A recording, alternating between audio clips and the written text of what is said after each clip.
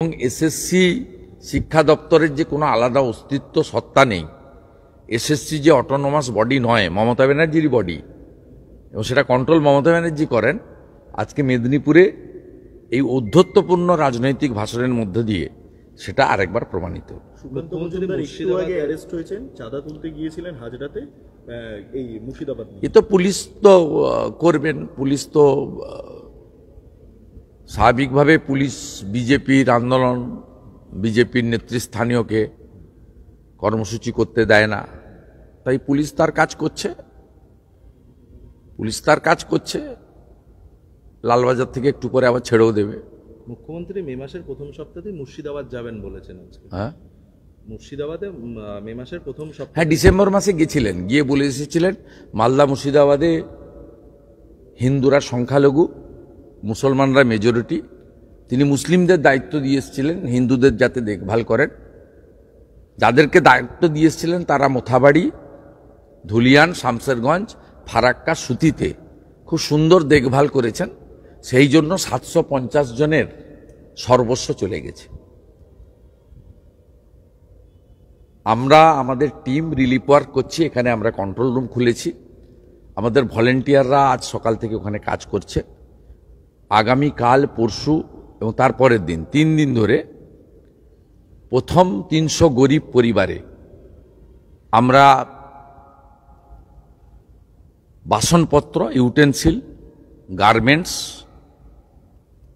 Tin লাগানোর জন্য আনুষঙ্গিক খরচ এবং 1 সপ্তাহের রেশন এই তুলে দেওয়ার কাজটা আগামীকাল সকাল থেকে শুরু হচ্ছে। খোলা হওয়া এনজিওর পক্ষ থেকে এটাকে পাইলট করা হচ্ছে। এর সঙ্গে আরও প্রায় 10-12টি স্বেচ্ছাসেবী প্রতিষ্ঠান যুক্ত হয়েছে। 150 জন মতো ভলেন্টিয়ার কাজ করবে। আজকে 50 জন ভলেন্টিয়ার কাজ করছে। 9টা মন্দির ভেঙেছে। এই 9টা মন্দির একযোগে শুদ্ধিকরণ এবং পুনর্নির্মাণের কাজ অক্ষয় তৃতীয়ার দিন 30 তারিখে শুরু হবে। সমস্ত নেতাদেরই অ্যালাউ করেছে, বাধা দেয়নি, শুধু আমাকেই বাধা দেওয়া হয়েছে। কোর্টে এজি কিশোর দত্ত এবং রাজ্য সরকারের লয়ার কল্যাণ ব্যানার্জি তারা সরাসরি বাধা দিয়েছেন। আমার আবেদন কালকে বিবেচনার বিষয় রয়েছে। অনুমোদন হলে আমিও পরশুদিন থেকে এই রিলিফ বিতরণের কাজে তদারকি করব। আমরা ওখানে একটা সহায়তা কেন্দ্র স্থাপন করছি, যেখান থেকে মোট আমাদের অ্যাসেসমেন্ট সার্ভে কমপ্লিট হয়ে গেছে। 750 জনকে সাহায্য করতে হবে। তার মধ্যে 300 জন অত্যন্ত দরিদ্র, যাদের ফিনান্সিয়ালি হ্যান্ড টু মাউথ বলা যেতে পারে, এবং তাদের বাড়ি পুড়িয়ে দেওয়া হয়েছে। নুন রাখার বাটি পর্যন্ত নেই, বাড়িতে একটা গামছা শাড়ি পর্যন্ত রাখেনি। এই 300 পরিবারকে প্রায়োরিটি দিয়ে আমাদের রিলিফ মেটেরিয়াল প্রকিউরমেন্ট কমপ্লিট হয়ে গেছে। স্বপন দাশগুপ্ত ইতিমধ্যে বহরমপুরে পৌঁছেছেন। কালকে স্বপন দাস শুরু করবে, যেহেতু খোলা হওয়া অনুমোদিত সিঙ্গেল বেঞ্চের। তারা কোর্টের অর্ডার পেয়েছে, ডিভিশন বেঞ্চ এখনও কোনো স্টে দেয়নি, তাই আমরা আইনগতভাবে রিলিফ ডিস্ট্রিবিউশনের অধিকারী।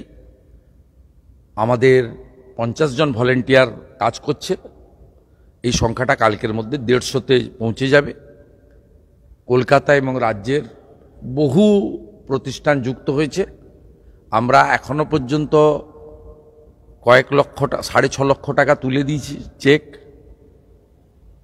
300 পরিবারকে দেওয়ার ক্ষেত্রেও আরও কয়েক লক্ষ টাকার মেটেরিয়াল প্রকিউর করা হয়েছে। এর সঙ্গে ফিনান্সিয়াল অ্যাসিস্ট্যান্সও অল্প করে দেওয়া হবে, টিনের সঙ্গে আনুষঙ্গিক যে দড়ি, বাঁশ ইত্যাদি কেনার জন্য।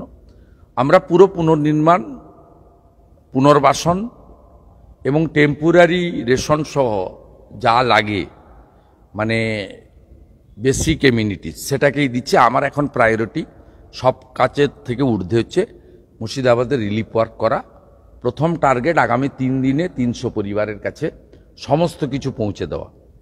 দ্বিতীয় টার্গেট 9টা মন্দির অক্ষয় তৃতীয়ার দিন পুরোহিত ডেকে শুদ্ধিকরণ করে, যেহেতু জিহাদিদের হাতে ভাঙা হয়েছে তাই সনাতন সংস্কৃতি অনুযায়ী তাকে শুদ্ধিকরণ করতে হবে এবং সেখানে পুনর্নির্মাণের কাজ অক্ষয় তৃতীয়ার দিন একযোগে 9টা মন্দিরে শুরু হবে।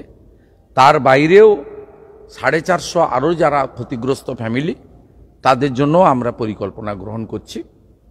বহু মানুষ, বহু প্রতিষ্ঠান, শুধু পশ্চিমবঙ্গের নয়, পশ্চিমবঙ্গের বাইরে থেকে, ভারতবর্ষের বাইরে থেকেও আমাদেরকে এই কাজে ইতিমধ্যে সাহায্য করেছেন এবং করছেন। সাথে সাথে মহামান্য বিচারপতি মাননীয় সৌমেন সেনের নেতৃত্বে যে বেঞ্চ, তারা যে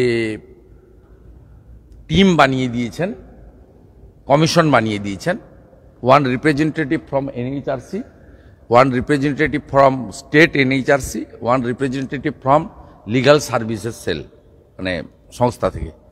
এর কাছে আজকে প্রায় 200 অ্যাপ্লিকেশান আমাদের পক্ষ থেকে করা হয়েছে। 750 জনই অ্যাপ্লিকেশান করবেন ক্ষতিপূরণ এবং জাস্টিসের জন্য। যে 4 জন কলকাতা হাইকোর্টে রিট করেছিলেন পুলিশ ইনেকশন এবং এনআইএ, ওই মামলা আগামীকাল আছে।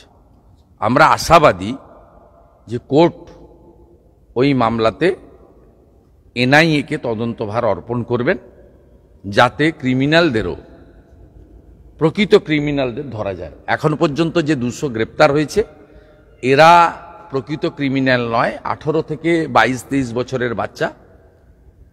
এরা হয়তো ছিল, কেউ কেউ ভিডিওতে দেখা গেছে, পাথর ছুঁড়েছে, ইট ছুঁড়েছে, আগুন লাগিয়েছে, ধুলিয়ানে ফরেন লিকার সব থেকে মদের বোতলও তুলে নিয়ে গেছে, গরু নিয়ে গেছে, ছাগল নিয়ে গেছে। কিন্তু মূল কনস্পিরেটর যারা তৃণমূল কংগ্রেসের ছত্রছায়ায় তারা আছে, তাদেরকে পুলিশ অ্যারেস্ট করেনি, কেশাগ্র স্পর্শ করেনি। এক্ষেত্রে এনআইএর দরকার আছে। বিস্ফোরণ হয়েছে, আগুন লাগিয়েছে, বোমা চার্জ করেছে, গুলি চালিয়েছে, এবং বর্ডার এলাকা সব দলের লোকই বলছে, ইনক্লুডিং শাসক তৃণমূল, যে এখানে বাংলাদেশ বা বহিরাগতদের হাত আছে। It's a fit case for NIA. যে 4টে রিট পিটিশন কালকে শুনানির জন্য আছে, আমি আশা করব সমস্ত পরিবেশ পরিস্থিতি দেখে স্পেশাল বেঞ্চ এই মামলা এনআইকে হ্যান্ডওভার করবে। মুর্শিদাবাদের এতগুলো জায়গায় ঘটনা ঘটেছে, মুখ্যমন্ত্রী বলছেন ধুলিয়ানের 2টি ওয়ার্ডে দাঙ্গা হয়েছে, স্থানীয়দের সঙ্গে বহিরাগতদের কিছু চক্রান্ত, আমরা নিজেরাই ফাঁস। মিথ্যেবাদী মুখ্যমন্ত্রী। উনি ডিসেম্বর মাসে জিয়াগঞ্জ, আজিমগঞ্জে গিয়ে মালদা মুর্শিদাবাদের মুসলিমদের দায়িত্ব দিয়েছিলেন হিন্দুদের দেখভাল করার। এনার মতো তোষণবাজ, এনার মতো মিথ্যেবাদী, এনার মতো নিষ্ঠুর, প্রতিহিংসা পরায়ণ রাজনৈতিক নেতৃত্ব বাংলাতে কেন, গোটা ভূভারতে একজনও নেই। মে মাসে যাবেন উনি, মে মাসের প্রথম সপ্তাহে যাবেন। মুখ্যমন্ত্রী তো যেতেই পারেন। 7000 পুলিশ নিয়ে, হেলিকপ্টার নিয়ে যেতে ওনাকে কে না বলেছে? আজকে একটা মিছিল, উনি তো একদিনে 4 জায়গায় যেতে পারেন। ওনার তো 2-3টে হেলিকপ্টার আছে, বলুন।